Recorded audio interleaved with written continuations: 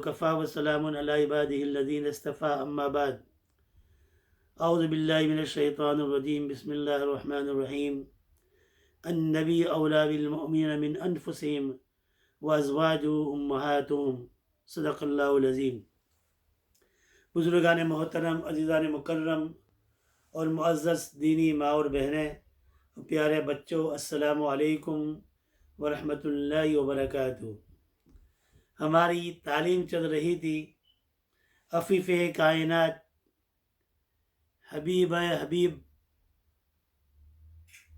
صدیق کی بیٹی صدیقہ ام المؤمنین حضرت عائشہ رضی اللہ تعالیٰ عنہ کے بارے میں۔ کل میں نے ذکر کیا تھا کہ وہ ان کو بخار آ گیا اور 1 مہینے تک غم میں مبتلا رہی اور 1 مہینے تک آنسو بہا کرے بہت تکلیف کے اندر رہی۔ جب یہ پتہ چلا کہ ابو بکر صدیق کو بھی پتہ چل گیا ہے، اپنی والدہ کو بھی پتہ چل گیا، ظاہری بات ہے اس سے بہت تکلیف ہوئی آپ کو۔ ایسے معاملے کے اندر حضور اکرم صلی اللہ علیہ وسلم نے، بخاری شریف کی لمبی طویل حدیث ہے، میں اس کا ماحصل خلاصہ بیان کرتا ہوں۔ آپ نے بہت سے مشورہ کیا، حضرت اسامہ رضی اللہ تعالیٰ عنہ سے مشورہ کیا۔ انہوں نے کہا یا رسول اللہ ہم اہلو کا، وہ تمہارے اہل ہیں، وما نعلم الا خیرا، میں نے نبی کی گھر والے جیسا نبی کا مقام بہت اونچا ہوتا ہے، ایسا نبی کی اہلیہ، نبی کے گھر والوں کا مقام بھی بہت پاکیزہ گنانا ہوتا ہے، وہ اس چیزوں سے پاک ہوتے ہیں، لہذا میں نے تو ان کے اندر خیر کے علاوہ کوئی بھی دیکھا نہیں ہے، خیر ہی خیر ہے، ایسی کوئی بھی چیز نہیں ہے۔ حضرت علی رضی اللہ تعالی عنہ سے رسول اللہ صلی اللہ علیہ وسلم نے مشورہ کیا کہ آپ نے بات سنی ہے کہ مدینہ میں کیا بات چل رہی ہے حضرت عائشہ کے بارے میں؟ تو حضرت علی رضی اللہ تعالیٰ عنہ نے فرمایا یا رسول اللہ آپ پر تنگی تو نہیں ہے عورتوں کی، ان کے سوا آپ کے اوپر بہت سی بیویاں ہیں، اور صحیح بات یہ ہے کہ آپ گھر کی لوڈی سے پوچھ لیجئے، وہ آپ کو سچ سچ بتا دے گی کیا معاملہ ہے۔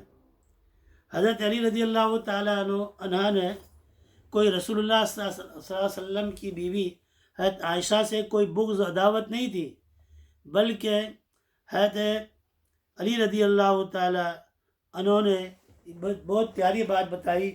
انہوں نے فرمایا کہ اللہ کے رسول صلی اللہ علیہ وسلم آپ پر عورتوں کی تنگی بھی نہیں ہے، اور آپ اس معاملے کے اندر اپنی لونڈی سے پوچھ لیجئے، وہ سچ سچ بتا دے گی۔ یہ بات حضرت علی رضی اللہ تعالیٰ عنہ کو اچھی نہیں لگی، حالانکہ یہ ان کو برا لگنا یہ بھی محبت کی دلیل ہے، یہ بھی ناز کی دلیل ہے۔ ناز تو اللہ کے رسول صلی اللہ علیہ وسلم نے یہ کو حضرت علی رضی اللہ نے فرمایا کہ آپ کو اس کے علاوہ اور بھی بہت سی عورتیں ہیں، مگر گھر کی لونڈی سے پوچھ لیں، وہ آپ کو سچ سچ بتا دے گی۔ کتابوں میں یہ آتا ہے کہ یہ میٹنگ چل رہی تھی، اس کے اندر حضرت سعد ابن معاذ رضی اللہ تعالیٰ عنہ، سعد ابن معاذ رضی اللہ تعالیٰ عنہ کھڑے ہو گئے۔ انہوں نے مشورہ دیا کہ اللہ کے رسول، یہ قبیلے اوس کے سردار تھے، اور انہوں نے کہا کہ اللہ کے رسول صلی اللہ علیہ وسلم، جن لوگوں نے تہمت لگائی، اگر میرے قبیلے کا آدمی ہو تو مجھے بتائے، میں اس کی گردن اڑا دوں، اور اگر دوسرے قبیلے کا آدمی ہو تو ہمیں حکم دیجئے، ہم اس کی گردن اڑا دیں۔ حضرت سعد ابن عبادہ رضی اللہ تعالیٰ عنہ، یہ خزرج کے سردار تھے، وہ کھڑے ہو گئے، دونوں طرف سعد تھے، ایک طرف سعد ابن معاذ تھے، دوسری طرف سعد ابن عبادہ تھے۔ انہوں نے کہا کہ اللہ کے رسول صلی اللہ علیہ وسلم، اگر یہ میرے قبیلے میں بتا دو مجھے، ہم اس کی گردن اڑا دیں، اور اگر دوسرے قبیلے میں ہو تو آپ حکم دیجئے، ہم اس کی گردن اڑا دیں۔ حضرت سعد ابن عبادہ رضی اللہ تعالیٰ عنہ یہ کہنا چاہتے تھے کہ یہ باتیں دونوں سعد کی باتیں ہونے لگی، اور اس کے اوپر حضرت اسید ابن حضیر رضی اللہ تعالیٰ عنہ وہ بھی ذرا غصے میں آ گئے۔ انہوں نے کہا کہ سعد ابن معاذ رضی اللہ تعالیٰ عنہ اور سعد ابن عبادہ رضی اللہ تعالیٰ عنہ کو فرمایا کہ آپ کیا کہنا چاہتے ہیں؟ اگر اللہ کے رسول کا حکم ہوگا تو ہم کوئی بھی قبیلے کے اندر ہوگا، قبیلے اوس میں ہوگا یا خزرج میں ہوگا، اگر وہ تہمت لگانے کے اندر ہوگا تو ہم اس کی گردن اڑا دیں گے۔ رسول اللہ صلی اللہ علیہ وسلم بیچ میں پڑے اور آپ نے اس کو رفع دفع کر دیا۔ تو خیر اس واقعے کے اندر حضور صلی اللہ علیہ وسلم نے مشورہ کر رہے تھے، اس مشورے کے اندر حضرت مسجد کے اندر بیٹھے ہوئے تھے، حضرت ان کی کتابوں میں لکھا حضرت عمر رضی اللہ تعالیٰ عنہ تلوار لے کر کھڑے ہو گئے۔ انہوں نے کہا یا رسول اللہ صلی اللہ تعالیٰ علیہ وسلم، آپ نے حضرت عائشہ سے نکاح کیا، شادی کی، کس سے اجازت لی، کس سے پوچھ کر کیا؟ تو رسول اللہ صلی اللہ تعالیٰ علیہ وسلم نے فرمایا آپ کی انگلی آسمان کی طرف اٹھ گئی کہ اللہ کے مشورے سے۔ تو حضرت عمر رضی اللہ نے فرمایا کہ یا رسول اللہ، آپ طلاق اس وقت دیں جب اللہ تعالیٰ کا آرڈر آئے، حکم آئے۔ اس وقت مجھے بتا دو کون ہے جس نے آپ پر تہمت لگائی؟ عمر کی تلوار ان کے لیے کافی ہے، آج عائشہ کا بیٹا عمر آ گیا ہے۔ اللہ اکبر! ایک عجیب واقعہ تھا۔ حضور کا چہرہ مسکرا گیا، حضور کو تسلی ہو گئی، آپ خوش ہو گئے کہ حضرت عمر نے اتنی عجیب بات فرمائی کہ عائشہ کے ساتھ نکاح کیا تھا تو اس کس کو پوچھ کر کہا تھا کہ اللہ کا حکم آیا تھا، تو طلاق جب دینا، جب اللہ کا حکم آنا، ابھی تو مجھے دے دو تلوار، میں جو بھی تہمت لگانے والوں کی گردن اتار دوں۔ خیر بہرحال یہ واقعہ پیش آیا۔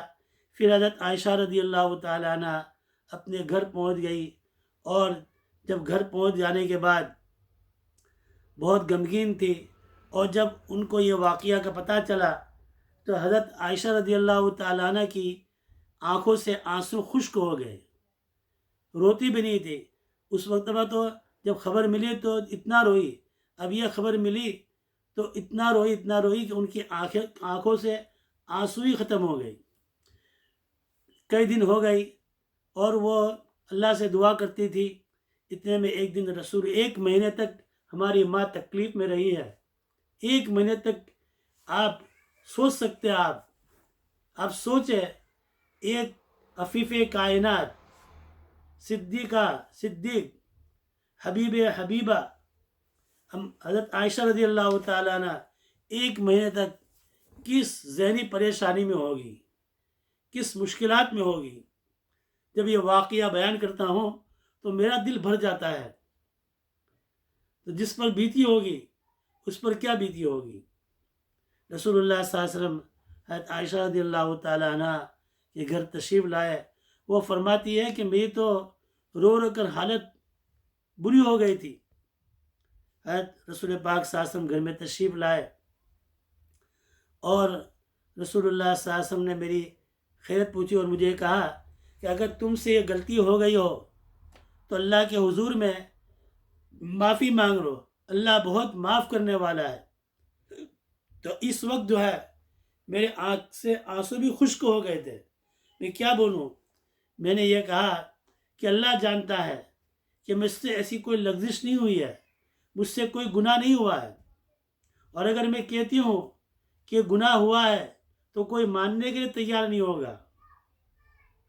کتنی ذہنی پریشانی میں ہوگی۔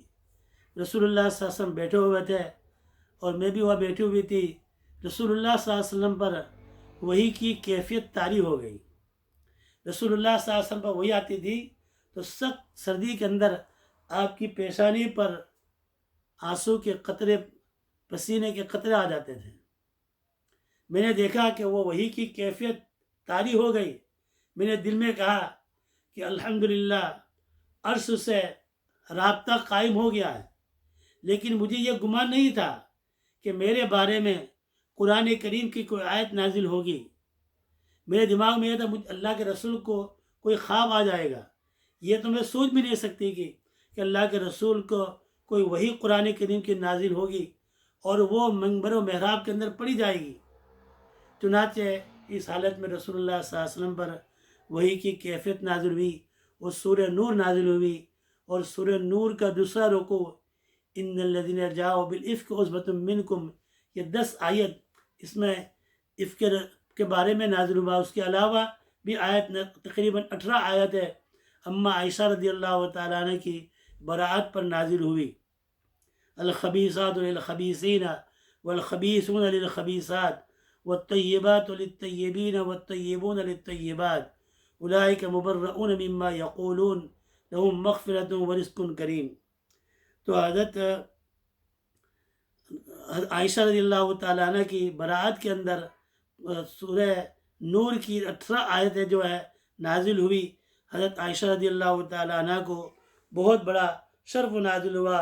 ان کی آیتیں آج محراب و منبر کے اندر اور پڑھی جاتی ہے، نمازیں پڑھی جاتی ہے. ایسا شرف حضرت عائشہ رضی اللہ تعالیٰ عنہ کو ملا ہے. انشاءاللہ تعالیٰ آئندہ مجلس میں حضرت عائشہ کے دوسرے واقعے کو ذکر کروں گا. اللہ تبارک و تعالیٰ ہم کو اپنے ازواج مطہرات سے محبت نصیب فرمائے، آپ کے نقش قدم پر ہم کو چلنے کی توفیق عطا فرمائے. آمین یا رب العالمین. سبحان اللہ و بحمدہ، سبحانک اللہم و بحمدک، نشہد ان لا الہ الا انت نستغفرک و نتوب الیک.